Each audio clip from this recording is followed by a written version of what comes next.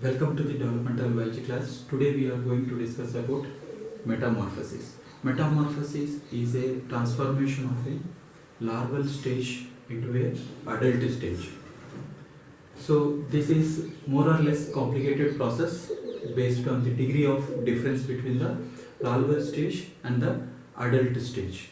So uh, apart from that, you can also see the developmental process also involves some other changes also, like morphological changes, physiological changes, and ecological transition. Ecological transition includes habitat, and the behavioral changes. So, in what organisms this uh, metamorphosis occurs? Metamorphosis occurs in wide variety of organisms.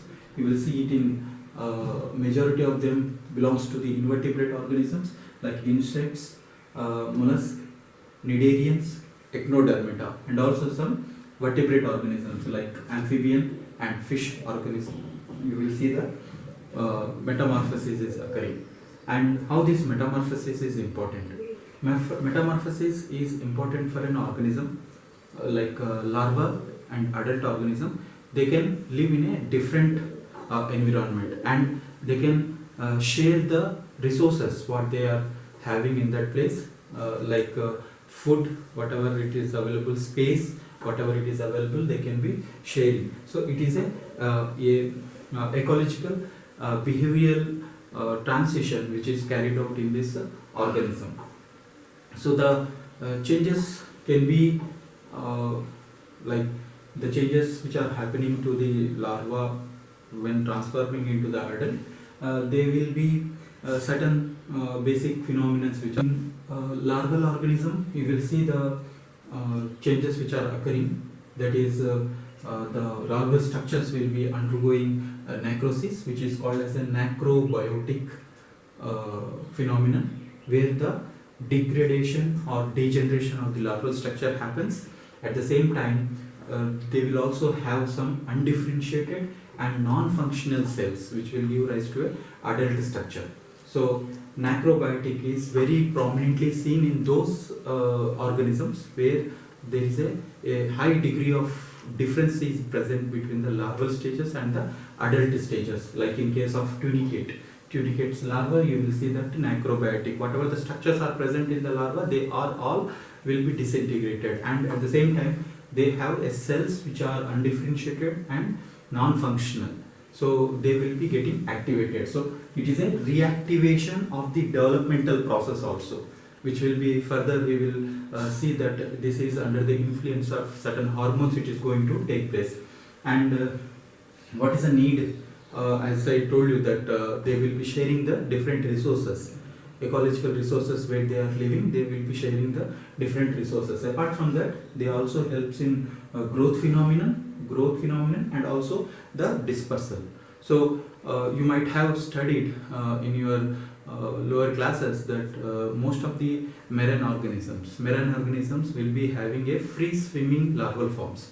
So this free swimming larval forms is helping this animal to disperse to a wider location. So by this way they can avoid the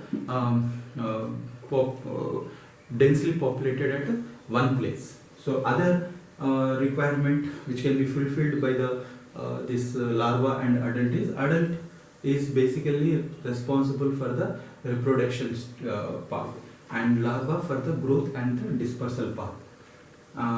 When it comes to the larva and adult, how they are going to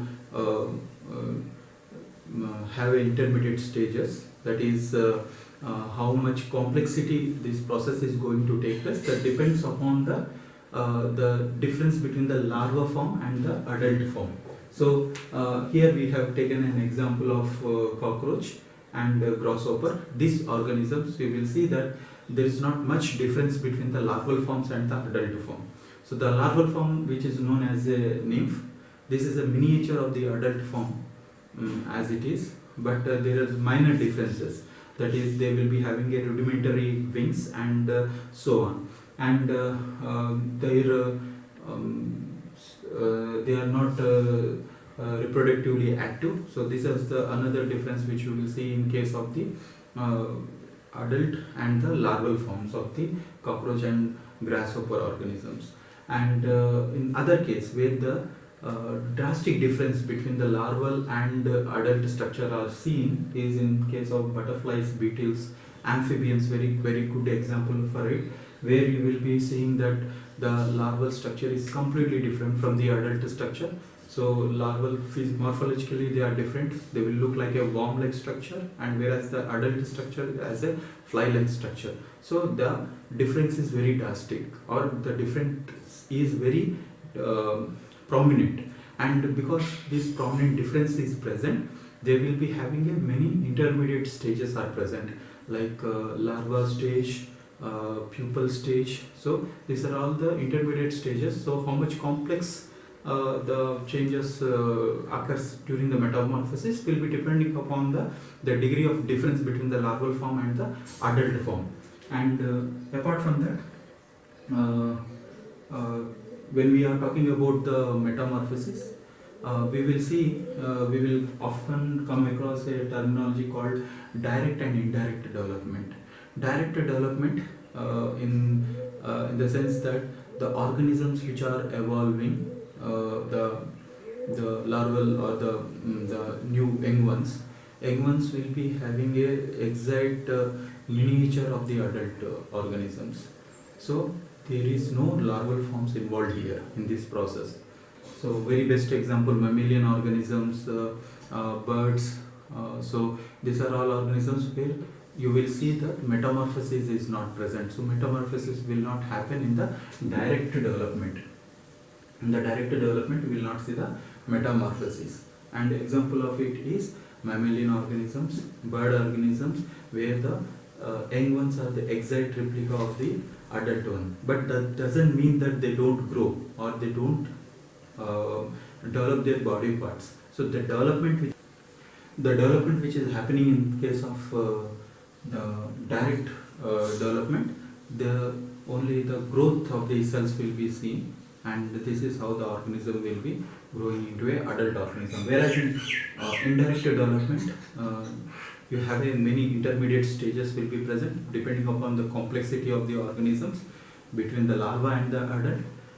Here metamorphosis occurs, and in this case we will have different examples like Cnidarians, Echinodermata, all the insect organisms. Insects are very good examples. The reason for it is all the insect groups will be having different types of larval stages, so distinct from one another. So that's why they are very good examples for studying the metamorphosis, and larvals also given with different names.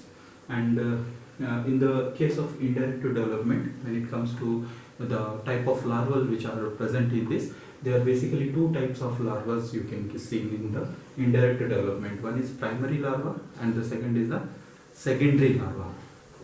Primary larva, in this, the body plan in this organism, the body plan, that is the axis, will not be changing. If it is bilateral in the larval stage, same will be present in the adult stage also. So in indirect development, you have different larval forms, different types of larval forms are present. Primary larva and the secondary larva. Primary larva, where you will not see, you will see there is a difference between the basic body plan between the larval forms as well as in the adult forms. So for example, sea urchins, starfish. So here what you will see is the larval forms are bilateral symmetry, whereas the adult forms are radial or pentameral symmetry. So there is a difference in their body plan when it comes to this larval form and the adult form, which can be seen drastically. And similarly, as I told you in the previously, that these larval forms will help the organism for the dispersal. So most of the echinodermites, they are sedentary organisms. They will be living at the bottom of the sea, and they are fixed to the substratum. The larval forms helps these organisms for dispersal to a larger areas, so that they can free from the competition of food and the space. At the same time, secondary larva is the larval basic body plan is same in case of larva and as well as in the adult organism. So you have a bilateral symmetry in case, even though they are morphologically very different from one another, that larval form is completely different from the adult. Like the very best example is butterfly. The larval form is the caterpillar and the adult form is in the form of a insect. So even though they are morphologically different, whatever the additions or deletions are taken place, they will be taken place on the basic body plan structure. So this is about the introduction of the metamorphosis.